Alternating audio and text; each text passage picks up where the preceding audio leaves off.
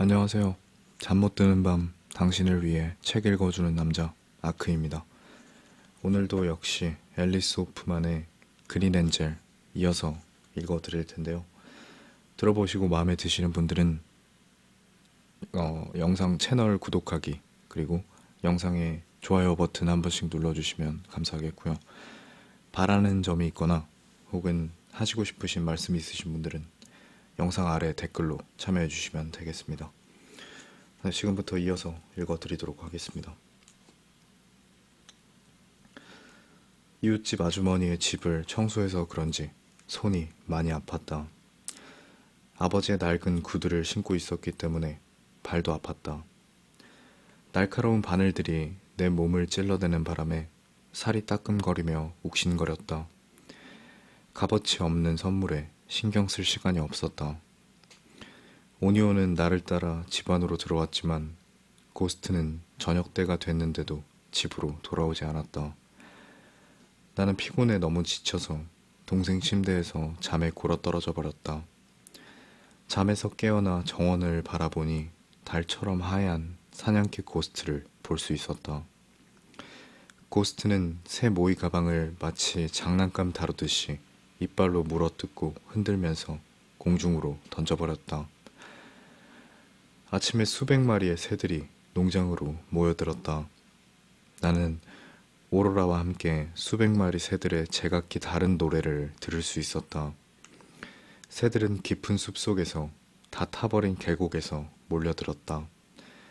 체리와 같은 카디날새, 하늘과 같이 푸르른 어치, 한밤중에 검은색의 까마귀, 우아한 날개를 가진 제비, 그리고 한때의 참새, 애처로워 보이는 비둘기 등등 수백 마리의 새들이 모이를 먹으려고 몰려들었다. 새들이 먹고 떠난 뒤에 호박씨들과 보리알들이 농장 여기저기에 흩어져 있었다. 먼지와 재를 뒤집어 쓴 새끼 참새 두 마리는 불에 날개가 너무 타서 날 수가 없었다. 나는 입고 있던 재킷을 벗어 가시들을 털어낸 뒤에 그 참새들을 재킷 안에 감싸 안았다. 참새들은 따뜻한 부엌으로 데리고 왔다. 그날 밤 나는 맛있고 통통한 벌레들이 나올 때까지 땅을 파고 또 팠다. 이거 먹어도 괜찮을까? 누군가가 말하는 소리가 들렸다. 하얀 드레스를 입고 귀신 같은 모습을 한 바짝 마른 히더 존스였다. 술 냄새가 많이 났다. 히더의 다리는 까져 있었으며 불에 탄 자국도 보였다. 우리가 전에 친구였던 것처럼 히더는 나를 보면서 웃고 있었다. 나는 히더가 벌레를 먹으려고 한다는 것을 알게 되었다. 히더는 이런 방법으로 굶주림을 이겨나가고 있었던 것이었다. 나는 콩 통조림 몇 개와 빵 한 덩어리 그리고 아스파라거스를 가지고 나왔다. 나는 강가에서 물고기를 잡으려 했지만 계속해서 실패하고 말았다. 그래서 나눠 먹을 수 있는 것이 없었다. 그런데 내가 멀리 감춰 놓았던 것이 기억이 났다. 숲속으로 달려가서 가시나무에도 쉽게 찢어지지 않는 부드럽고 푸른 천으로 만든 어머니가 가지고 계시던 드레스를 찾았다. 와, 이거 정말 아름답다. 히더는 드레스를 귀중한 사파이어 다루듯 조심스레 그녀 앞으로 펼쳐보았다. 내가 히더를 얼마나 부러워했는가. 히더는 우리 학교에서 가장 귀여운 여자아이들 중에 하나였다. 우리는 잊혀진 판잣집에서 흘러나오는 음악 소리를 들었다. 타오르는 연기 냄새도 맡을 수 있었다. 아, 늦었어. 히더가 말했다. 그곳이 싫으면 가지 마. 여기 계속 있어도 돼. 나는 전에 그랬던 것처럼 친절하게 초대했지만 히더는 그냥 웃기만 했다. 그녀는 자기 몸을 가누지 못하고 있었다. 가까이서 보니 그녀의 외모는 꽤나 괜찮아 보였다. 하지만 좀 더 가까이 가보면 그녀에게서는 술 냄새와 먼지 냄새가 심하게 났다. 듣지 못했니? 히더는 강조하듯 말했다. 쟤들이 나를 기다리고 있어. 히더는 어머니의 드레스를 가지고 뛰어갔다. 나는 어떻게 해볼 수가 없었다. 히더는 애들이 자기를 기다리고 있다고 생각했다. 히더는 춤을 추면 슬픔이 없어질 것이라고 생각했다. 그녀는 자기의 어머니와 아버지가 그날 도시에서 일어난 화재로 돌아가셨다는 사실을 잊을 수 있다고 믿는 것이 틀림없었다. 나는 집 안으로 들어가서 벌레를 으깨어 접시에 담았다. 내 손은 땅을 파거나 늙은 이웃집 아줌마의 마루를 청소하거나 나무를 자르는 일로 더욱 거칠어져 갔다. 손이 내 것이라고 느낄 수도 없었다. 나는 검은 구름이거나 물보라이거나 돌이거나 혹은 아무것도 아니라고 생각했다. 내 피부 위에 잉크로 범벅이 된 가시로 둘러싸여져 있는 검은색 장미를 자세히 보았습니다. 나는 애쉬이며 이것들은 나의 손입니다. 내가 풀과 벌레를 섞은 것을 새끼 참새에게 먹여줬을 때 참새들은 내 손이 못생겼다는 것에 신경을 쓰지도 않았고 불에 탄 내 눈이 잘 보이지 않는다는 것도 신경 쓰지 않았고 내 길고 검은 머리카락을 잘라내어 방 모퉁이에 쌓아놓은 것도 개의치 않았다. 장화가 낡았거나 손톱 밑에 때가 끼어 있거나 내 옷에 칼처럼 날카로운 가시들이 있는 것에 새들은 전혀 상관하지 않았다. 이웃의 마루를 청소할 때 이웃집 아주머니도 나의 모습을 개의치 않았다. 매일매일 나는 빵 2덩어리를 구워서 한 덩어리는 개와 참새들에게 주었고 한 덩어리는 언덕 건너편에 살고 있는 이웃 아주머니에게 주었다. 나는 매일 2가지 일에 매달렸다. 아침이면 밤을 줍고 오후에는 빵을 구웠다. 늦은 오후에는 숲속에 하얗고 검고 은색으로 쌓아 올린 돌더미를 찾아갔다. 매일 저녁 나는 바늘을 꺼내왔다. 내 발은 가시로 뒤덮여 있었고 다리는 검은색 포도 넝쿨로 뒤덮여 있었고 팔은 수십 개 검은 장미로 뒤덮여 있었다. 내 어깨 위에는 2마리의 까마귀가 새겨져 있었고 거울 앞에 버티고 서서 내 목덜미에 박쥐 1마리를 가까스로 그려 넣었다. 가끔은 검은 이파리와 막 피어나려고 하는 검은색 꽃봉오리를 그릴 수 있는 공간을 찾아내고 있었다. 내가 문신을 새기고 있을 때 참새들은 방구석에 잘라놓은 내 머리카락 위에 둥지를 틀어 쉬고 있었다. 참새가 하늘 높이 날 수 없다면 그것은 참새가 아니다. 불에 그을린 털들이 다 빠졌지만 참새들이 집 주위를 활기차게 날기 전까지 그들의 날개가 얼마나 회복되었는지는 알 수 없었다. 새들이 잘라놓은 내 머리카락으로 짠 그물을 선물로 줄 때까지 둥지에서 왜 그렇게 바삐 움직였는지 몰랐었다. 나는 가능한 한 잊혀진 판잣집으로부터 멀리 떨어진 강가로 갔다. 달은 둥글게 떠 있었다. 은색빛의 강물을 보자 동생 생각이 났다. 동생은 자주 우리가 농장에서 일을 하고 있을 때 춤을 추곤 했다. 나는 동생을 게으르다고 놀렸었다. 나는 오로라의 이름을 부르면서 만약 네가 열심히 일을 하지 않는다면 아무것도 가질 수 없다고 말하곤 했다. 이제 나는 춤을 추고 웃고 달빛이 되려고 열심히 일하는 것을 이해할 수 있었다. 자기가 살아온 모든 것을 잊기 위해 춤을 추는 히더와 같지 않았다. 내 동생은 춤을 추면서 세상을 배워가고 있었다. 오로라는 대지, 공기, 불타는 열정, 소낙비 등이 그녀를 더 거칠게 만드는 것을 이해하고 있었다. 내 눈은 아주 나빴으나 고기를 잡는 데는 문제가 없었다. 사실 달빛이 나빠진 눈에는 더 나았다. 밤이 편했고 선선했지만 더 외로웠다. 하지만 나는 결코 혼자가 아니었다. 개들이 나를 따라왔고 새들의 집을 벗어난 첫 번째 비행을 즐겼다. 잠자고 있는 동안에 물고기들은 내 그물 안으로 들어올 것 같았다. 손가락을 찬 강물에 담궜다. 물결과 꿈꾸는 고기들을 느낄 수 있었다. 전에는 몇 번이고 물고기를 잡으려고 했지만 항상 실패했었다. 하지만 이번엔 달랐다. 부서진 내 몸의 일부인 그물이 물속에 떠다니는 고기들을 부르고 있음이 틀림없었다. 나는 3마리의 물고기를 잡아서 강물을 담은 양동이에 넣었다.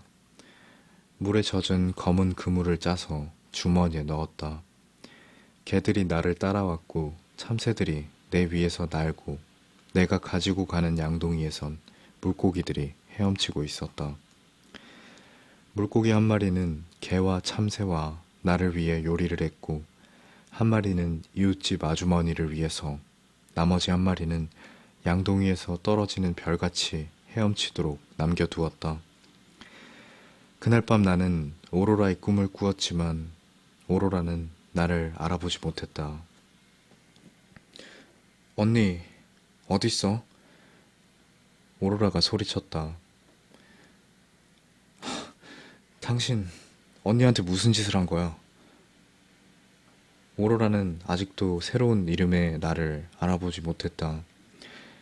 오로라는 가시와 목과 검은 장미를 가진 나를 보고 뒤로 물러섰다. 나는 동생에게 달려가려고 노력했지만 다리 주위의 포도 넝쿨이 나를 끌어당겼다. 손을 내밀어 오로라를 잡으려 해보았지만 내 피부의 가시들이 나를 벽에 고정시켜버렸다. 누군가가 우는 소리에 잠에서 깨어났을 때 그 울음소리는 내 입에서 나는 소리였다. 하늘에 별이 떠있나 보기 위해 창문가로 갔다.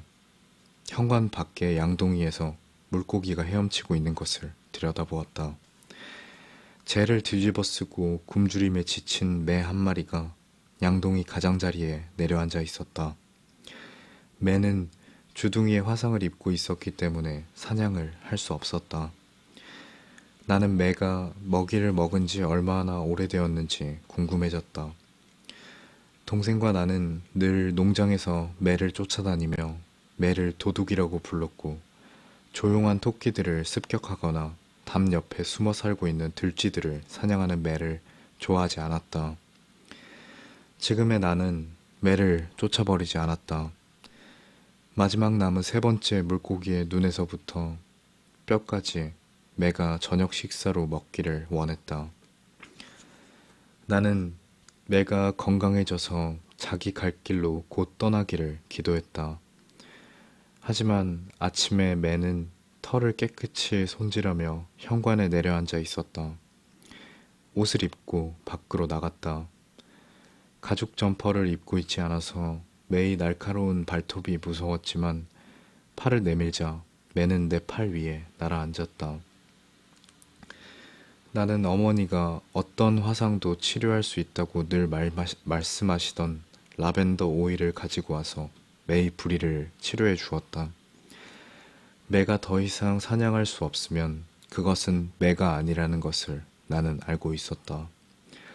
지금 매는 내 어깨 위에 앉아 있는 것이 행복해 보였다.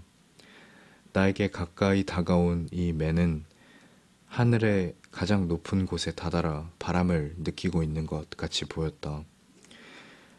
우리가 오래된 나무들이 자라는 숲으로 갔을 때 나무에서 너무 많은 밤들이 떨어져 있어서 나는 많은 밤들을 가까스로 가져올 수 있었다. 그날 나는 6덩어리의 빵을 구웠다. 한 덩어리는 나와 참새를 위한 것이고 한 덩어리는 개들을 위해서, 그리고 한 덩어리는 이웃집 아주머니를 위해서, 한 덩어리는 오늘 만난 매를 위해서 만들었다. 그리고 나는 크기만큼이나 큰 잡초들이 자라고 있는 오래된 다리 밑에서 잠자고 있는 히더 존스에게 한 덩어리를 가져다 줄 것이다. 그때 나는 빵 한 덩어리가 남는다는 것을 알아차렸다. 나는, 나는 내가 왜 여섯 번째 빵을 구웠는지 의아하기 시작했다. 앞마당에서 발자국 소리를 들을 때까지 그 이유를 모르고 있었다. 발자국 소리는 매우 조용했으며 집안에 숨어든 여러 명의 침입자가 아니라 혼자서 걷고 있는 발소리였다. 나는 가죽 점퍼를 입고 가장자리에 못이 박힌 장화를 신고 가시 박힌 바지를 입고 문을 열고 바깥으로 나갔다. 그가 매우 조용하게 서 있어서 나는 거기에 그가 있는 것을 알아차리지 못한 채 문을 쾅 하고 닫을 뻔했다. 나는 그것이 그저 문 밖의 밤이며 별이며 달이라고 생각했을지도 모른다. 그는 검은 옷을 입고 두건을 밑으로 눌러쓰고 잿빛 아래에 몸을 가리고 있어서 누구도 그의 얼굴을 볼 수 없었지만 나는 그가 거기에 서 있는 것을 느낄 수 있었다. 그는 그저 옆모습만 보인 채 조용하게 서 있었다. 다른 여자아이들 같으면 문을 닫고 자물쇠를 잠궜을 것이다. 나는 다른 사람 같았으면 낯선 사람을 쫓아버리려고 소리를 지르거나 개들에게 그를 공격하게 했을 것이다. 하지만 나는 그런 평범한 여자아이가 아니었다. 나는 거짓에서 정직을 가려낼 줄 알고 금과 은을 구별할 줄 알며 홍차와 녹차를 구별할 수 있으며 누가 나의 적이며 누가 나의 친구인지를 구별할 줄 아는 재능을 가지고 있었다. 얼굴을 거의 볼 수 없었지만 나는 이 소년이 다이아몬드라는 것을 알고 있었다. 소년의 팔을 만졌을 때 소년이 어떤 사람이라는 것을 알 수 있었다. 나는 그의 장화가 진흙으로 뒤범벅되어 있고 그가 검은색 두건을 쓰고 있다는 것을 알 수 있었다.